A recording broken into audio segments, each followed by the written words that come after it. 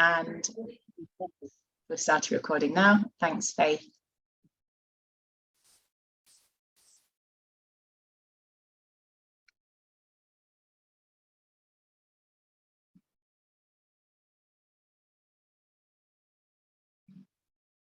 So Faith, if you can just take us past the next couple of slides. Thanks, and then just the next one. So about Peabody, so we've been around for a while, for about 160 years. We were founded by an American, George Peabody, and we're committed to helping people make the most of their lives. That was the mission that we were founded with, and we continue to kind of try and uphold that mission.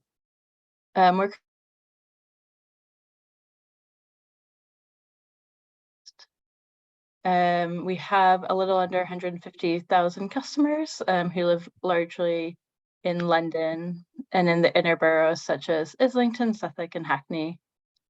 Next slide. We're in the process of merging with Catalyst Housing Association. This is going to be completed April 3rd officially. Once it's completed, we'll manage over 100,000 homes for over 220,000 customers across London and home counties by Reading and Oxford, and those sorts of areas. We'll also continue to provide specialist housing, care, and support for about 20,000 people. Next slide. So the Peabody Community Foundation is the team that most of my colleagues work in on this call. So we were formed officially in 2016, and we're kind of a key component of Peabody achieving its social impact mission. So we deliver quite a wide range of programs, from training for people looking to improve their skills and employment options to kind of developing partnerships with local organizations and supporting those organizations.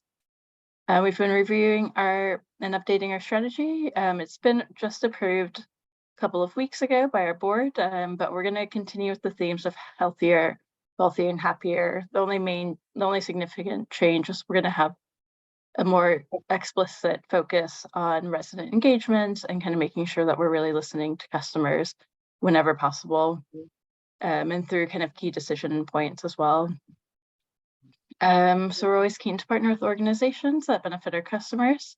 We have quite a lot of resources to kind of support those partners. So we have 72 buildings. We'll go up to about 80 after the merger with Catalyst. And as mentioned, we have a range of employment and enterprise programs. In addition, so Sarah Morton leads the community mobilization team, and her team has quite a wide offer. So they have grants of up to 5,000 to increase the capacity of organizations operating in areas with Peabody stock and responding to local priorities. They have smaller grants for community leaders partnerships. They're up to £500 for individuals delivering community projects. They have an excellent volunteering program, so they can help promote your volunteering opportunities.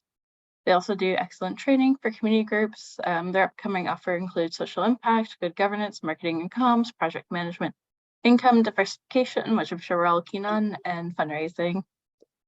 Then lastly, they have quite a strong youth social action team. And so we're happy to partner with people to deliver social action programs with young people who are actively engaged. We also have another colleague's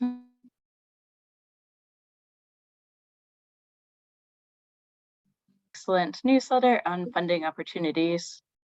I'll also put our contact details after my bit of talking, so that way everybody kind of has email addresses to reach out to both Peabody and Rich at LCF. So yeah, so the Peabody Community Fund, which is what's brought you guys here today, was founded in 2014, and basically it's just to support our residents and help improve the quality of life for them and the wider community. It's a pretty wide-ranging fund, so as long as projects are working towards our strategic goals of healthy, wealthy, or happy, we're really keen to support them. We do have some priority boroughs, which are listed below and in the guidance. However, we do fund projects outside of those key boroughs. The priority boroughs are just boroughs where the Community Foundation has a bit less resource to, so we want to make sure that we're supporting kind of all the boroughs as much as possible. So we do try and prioritize those, but again, we do fund boroughs outside of those 8. Next slide, please. So obviously one key theme that everybody's being impacted by is the cost of living crisis. And so there's an estimate that an extra 1.3 million will fall into absolute poverty next year, including 500,000 children. So obviously quite a severe crisis at the moment. And so our research has highlighted more need for the following within our resident communities: working with young people, streamlining better support for communities, and improved communications about available support. So in light of this, we've added one criteria, which is you can apply for cost of living support. It's for projects that will help our residents kind of cope with the cost of living crisis. Projects that are still focused on healthier, wealthier, happier are definitely welcome. Your projects don't have to focus on cost of living or have a tie to cost of living, but we want to make sure that we are able to provide support for the crisis. So if you want a project, if you have a project in mind that really focuses on cost of living, we'd love to hear from you guys and look at supporting those programs. And I think that's it, right, Faith? Next slide. Yeah. So I'm going to pass it over to Sarah Morton and Ellie Ward. And I'll just say now, something I didn't say at the beginning is that we've got the chat box, and if any questions come to mind now while we're talking, you want to write it down, feel free to post questions in the chat and we'll get to them later. Otherwise you can feel free to save them up till the end, but that function is open. Yeah, so I think Sarah, you're gonna go ahead first. Thank you, Helen. Next slide, Faye. So I'm going to talk to you guys a bit about the support that my team and Peabody can offer to applicants. I've just noticed I'm getting a bit of feedback. Are you guys hearing that? I heard a tiny bit. I'm just going to make sure everyone's on mute, Sarah. Thank you.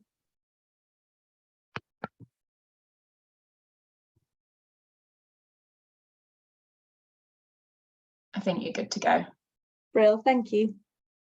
So yeah, we can support applicants to kind of put together a successful application and then be successful once they've been awarded the funding.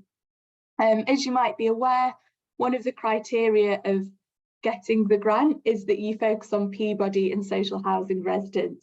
And so to help you with that, we can provide information on where there's Peabody stock and also where we have community buildings, which would obviously be an ideal space if they're available to host your project. We can also provide some local insight and knowledge, so we can kind of provide examples of when it's a good time to host an activity in that community based on what we've experienced before. We can also provide useful connections. This varies slightly on the borough and kind of the connections we have, but sometimes we can connect you to people and organisations that can help promote your offer once you've got funding. We can also help you understand if there's a need for your service. So sometimes we have applicants that are responding to a really specific need of kind of a small group of people, and we can look at Peabody data and let you know if there is or not a big enough demand for that service. And we can make internal queries about that. So talk to other teams in Peabody and see what they think about offering what you're planning to do. We can also offer feedback on applications. We're not grant experts, we're not like Richard, but we can kind of have a look at your application and provide some pointers as well. Faith, next slide. So I wanted to provide a couple of examples about kind of when we've worked with other organisations. So we worked with an organisation responding to violence affecting young people, and when they submitted their application, they were focusing on quite a small estate, and we knew from experience of delivering youth programmes there that we wouldn't get the uptake required. So we encouraged them to broaden their geographic focus, and that will help them be successful with their application, but also be successful when they deliver the project. We also connected them to organisations in our network who could help spread the word about their offer. We also provided some advice on the use of community centres. So we suggested spreading the offer across 2 community centres that we've got. And this particular applicant was looking to work on a Peabody estate that actually has a number of different social landlords working on it. And we advised them that actually, if you want to have an impact, it's really important to work with young people from all of those social landlords and not just Peabody residents. And we also shared that we'd observed that our activities at those community centres were particularly popular at weekends, and encouraged them to kind of plan their activities with that in mind. Next slide. So this example is slightly different. It's an organisation that worked with care leavers. So it had quite a specific target audience. And so we went away and checked with our internal data to ensure that there was enough young people that reached that kind of care leavers category to enable them to reach enough people and be successful. And to enable them to be successful, we encouraged them to be borough-wide and not take an estate approach. And we also introduced that organisation to an internal colleague who supports families to generate more referrals, again supporting both the application but also the project itself to be successful. But one thing to kind of caveat with all our support is the support we can provide varies on the area. So in some boroughs we have Peabody buildings, in others we don't. In some boroughs we're really well connected and have lots of organisations that we can work with to promote your offer. In others we have fewer. So the support we provide kind of varies a bit depending on the location that you're working with, but we'll always do our best to support you and advise you as we can. And that's all from me. Thank you, Sarah. Really, really useful and great to have those journeys mapped and see the kind of support that people can get from your team and different parts of your team as well. So that's fantastic. No slides for the next bit, I think, but correct me if I'm wrong. We're going to hear from Ellie Ward, who works with a local team in Waltham Forest, who I think is going to add on to what Sarah shared and give some additional examples. So over to you, Ellie. Thanks, Helen. So yeah, I just wanted to add a few. So as Sarah explained, each borough works a bit differently, and in Waltham Forest we have a local communities team. So we thought it might be helpful to share a couple more examples of how we work in that borough, because some of the things that have been done by successful applicants I think are really relevant in other areas too. My role as community projects lead, I work with lots of different partners to bring in early years youth and community activities to Peabody communities, and lots of the partners we work with are very small, some are much bigger, and many have gone on to successfully apply for the Peabody Community Fund. So one group that we've worked with this year, they actually started off applying for, it was a small charity run by a local resident in Leytonstone, and they actually applied for a £500 micro grant, or they're also called a community leaders grant, which was mentioned by Sabrina earlier. So they use this to purchase some equipment and trial some mini tournaments in the Easter and summer holidays, and the sessions proved to be really, really popular. They then went on to successfully apply for the London Community Foundation to continue weekly football and basketball coaching sessions throughout the year. And the partnership works so well because the organisation engaged with both us, but also the local council, who at the time were doing an initiative where it was young people were being employed to go out and survey other young people. So by building those connections from the beginning, they had some really meaningful data about what young people in that part of the borough wanted to see as an activity. And I think it made their application stand out to have that knowledge. And they're a really small team. The person works full time as well as run the charity. So I think it worked because they really embraced the support of other stakeholders in the borough, and meant that they were accessing information that would have been quite difficult for them to collect on their own. So yeah, by running the small pilot over the summer through these mini competitions, they were able to demonstrate the demand for the sessions. They'd also begun building those meaningful relationships that was going to make the project successful.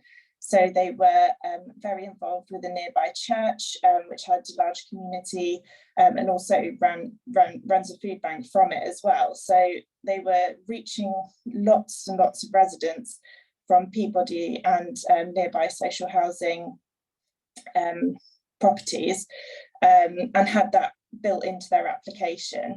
And again, it was a similar thing with a local children's charity who they engaged with right from the beginning, and had the support of, and then had access to, had relationships with a lot of the families, and there was that trust there already.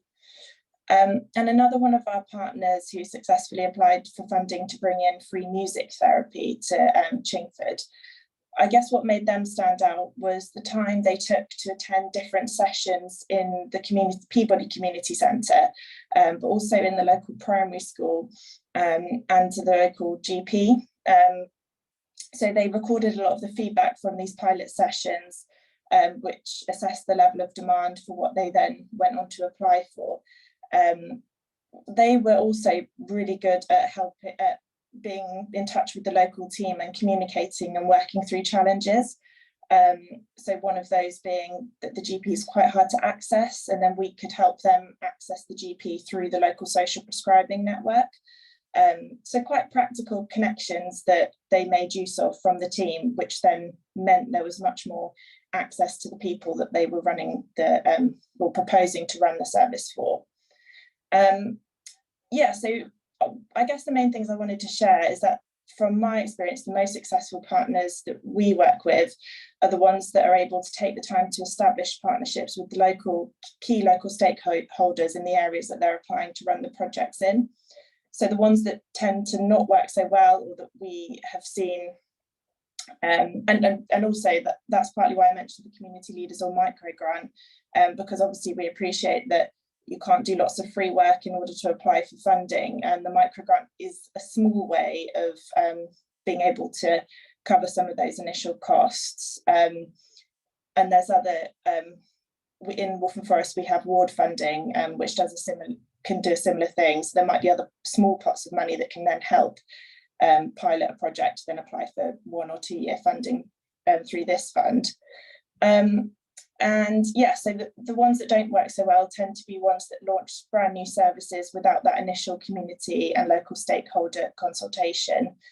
And also the ones that don't respond to the community need. So we see projects that evolve as they run, and one really recently got back in touch with us. We had a meeting because basically they were finding that it was targeted towards older young people, but the older young people were often responsible for babysitting their younger siblings. So they were being brought to the session, but not able to participate because of the age range. And then they spoke to, I think this is all, Rich might be able to correct me, I think this is all gone through now, but then they just explained that, and because it's obvious that they're responding to the community and local need, it made sense to change the age group that they were applying for. So yeah, I think those are, hopefully that just adds a little bit to what Sarah said. There's some learnings that we've had in Waltham Forest. Brilliant, Ellie, thank you, and some really good specific examples that highlight some great working, and sounds like some really great projects as well. So that was a really great overview and insight from those teams. We're going to go to Rich now, who's going to bringing in the expert, and Rich is going to wow us with some of the more technical bits around the grant. So actually how to apply, what are the parameters, what are the guidance, some of the how-tos. So hopefully that answers questions that I'm sure some of you have. So there's some slides for that we'll pull up for Rich, and then I'll hand over to you, Rich. Great, thanks so much, Helen. Good evening, everybody. Thanks for your time this evening, and I wanted to find out more about the Peabody Community Fund. And the first thing to say is we've been delighted to work with Peabody for a number of years now, I think since 2014. And Sarah alluded to the fact that we have the Young People's Fund. We also, in South East London, have the Thamesmead Community Fund. So they have some common guidelines and specific ones, but tonight we're talking about Peabody Community Funds. And hopefully you get a real sense of the criteria, how decisions are made, and I'm hoping some useful key tips as well at the end of it.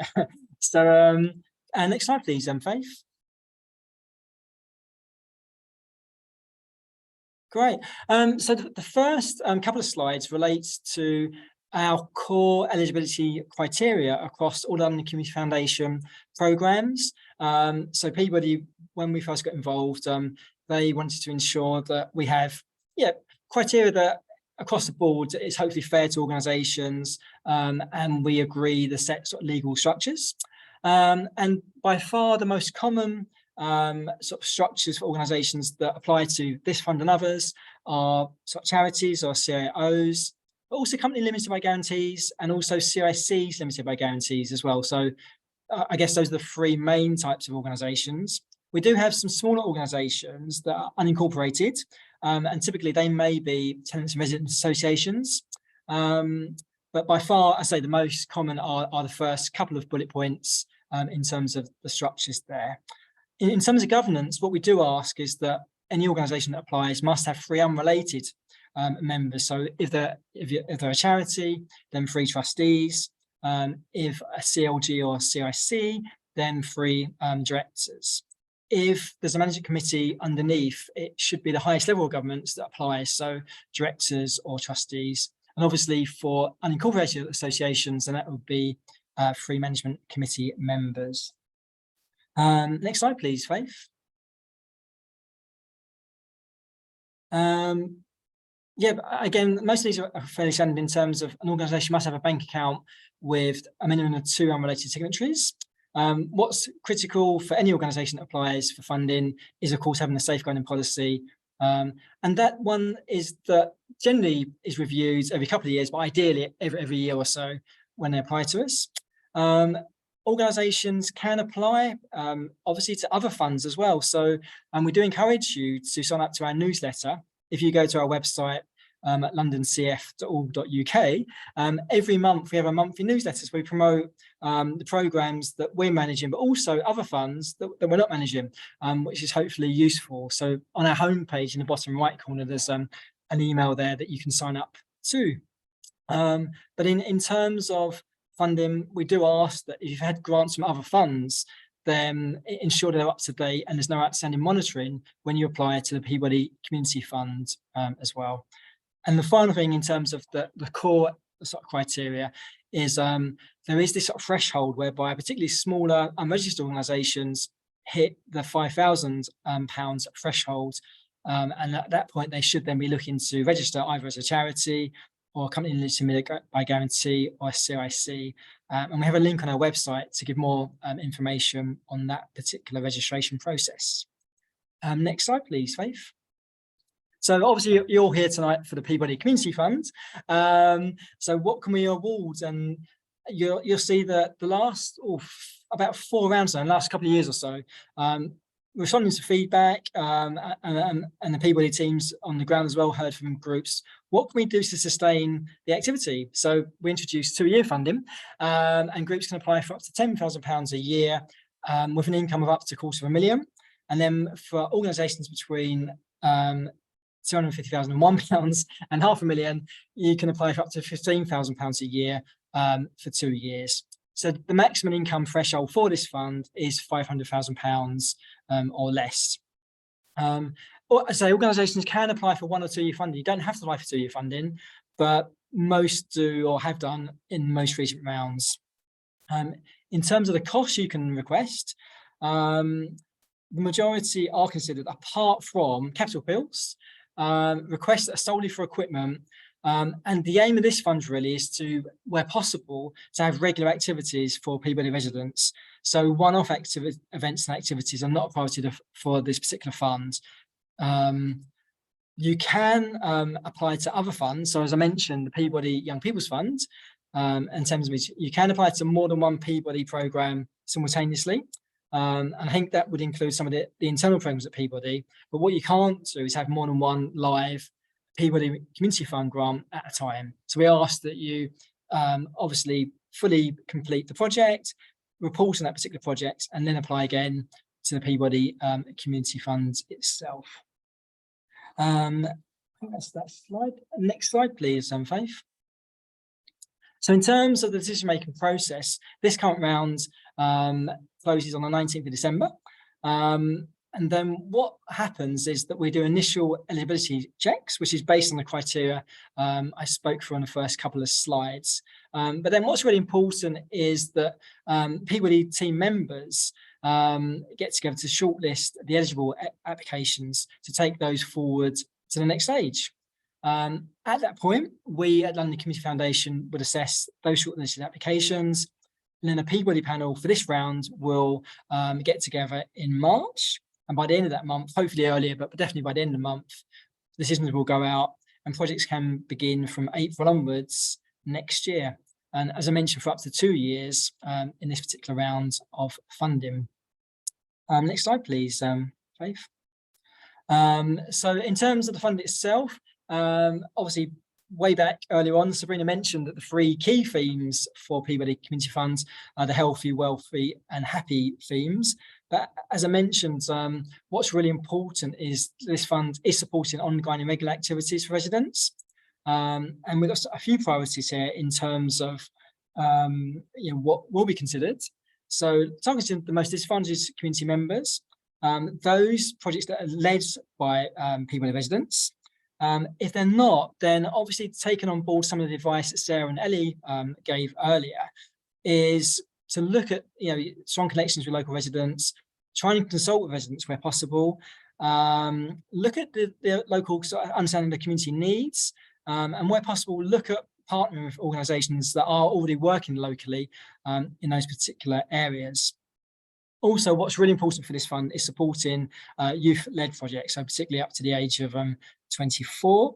And there are obviously priority boroughs within this fund, the 8 currently for the current financial year. But as I say, don't be disturbed by that in the sense that if you're not in a priority borough, you can still be considered for funding. And I'll talk about the splits in a couple of slides' time. One other thing to say is that in this round, obviously, the Peabody team are really keen that we try and respond to the cost of living crisis that obviously is here now and visual will be for some time to come. So although this is primarily a project cost programme, we will be able to consider some contribution to core costs for organisations. There's not a set percentage. We're saying sort of reasonable costs for enabling particular organisations to sustain their work. So they can go towards salaries, rents and bills, and capacity to respond to the needs of residents that relate to the cost of living. And one thing that we can't do through these grants is provide a grant that you would then potentially fund individuals to purchase items or pay bills, etc. So it's not then to pass on to individuals that you support, but collectively supporting residents through a particular project. Next slide, please, Faith. I think what's always really helpful is to try and bring Peabody Community Fund to life. So what is it that can be funded? And I think it is very wide-ranging. And I think what's really important to say is that of the most recently funded projects, there were 19. Many of them are new. So 3 of these 4 are new applicants to the funds. So the first one in the Barnet area, so the Stonegrove Estate, the Fuse Youth Project was a 2-year music creation project. And again, they work with the local team there to work up the application and develop the concept, and consulted with local young people as well before they put the application in, which is really important. The one project that has come back for consideration funding of this batch is Dance West. Really successful project, originally with older residents, really good in terms of whether it be sort of exercises, primarily sort of chair-based.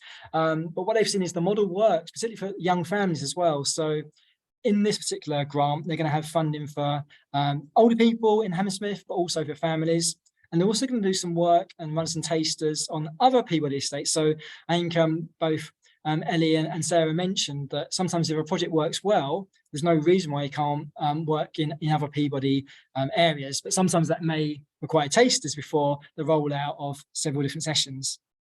The next one is another new applicant, the first time that they've applied to the funds, and working with Ellie and the team, and very obviously relevant at this particular time, looking at money guidance and budgeting support to Peabody residents locally.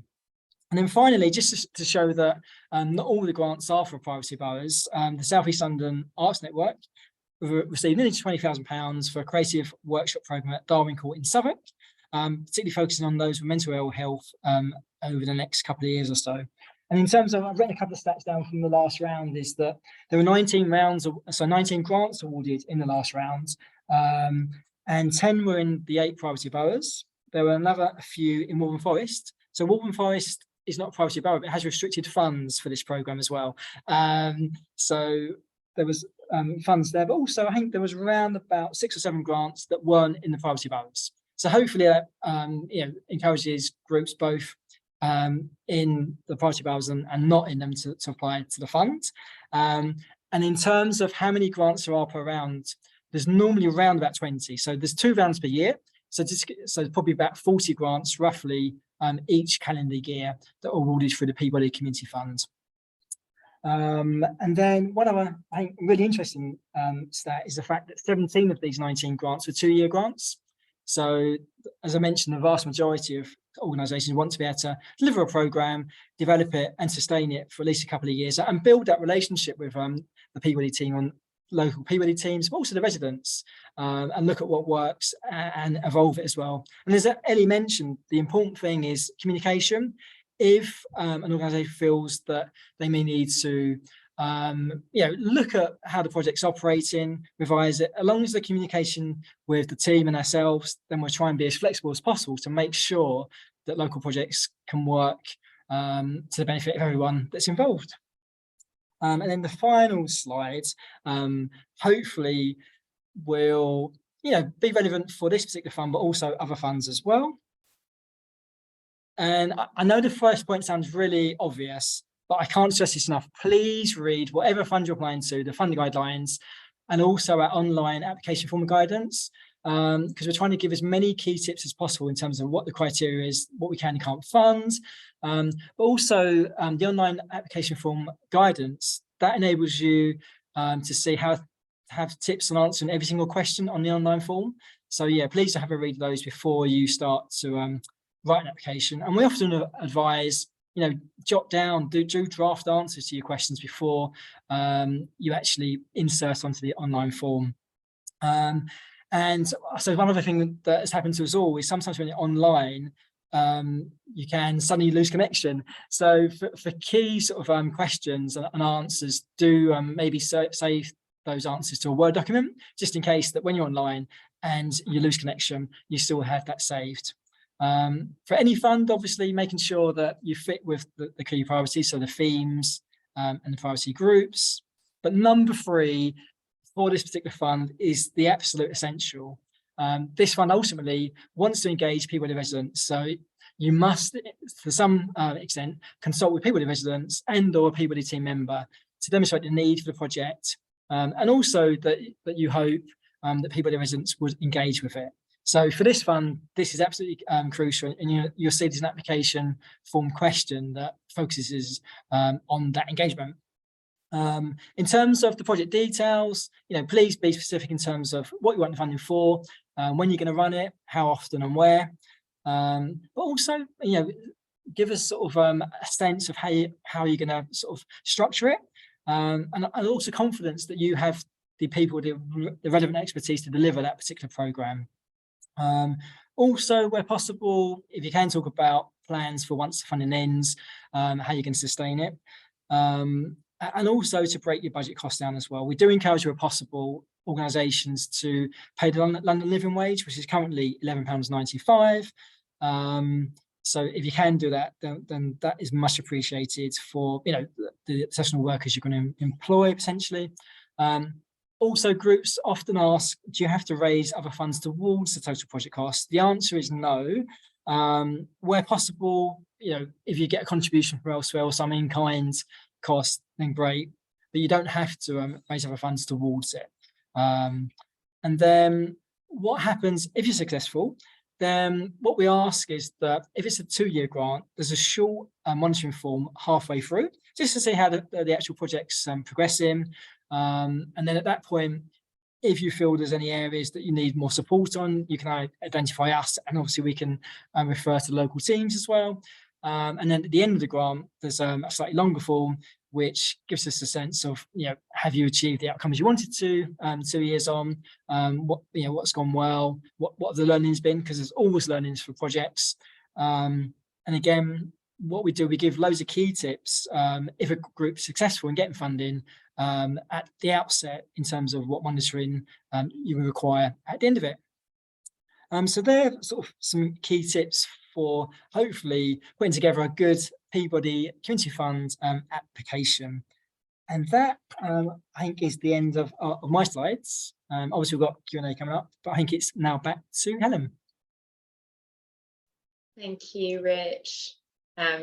Really great, and thanks for taking us through all the details and top tips.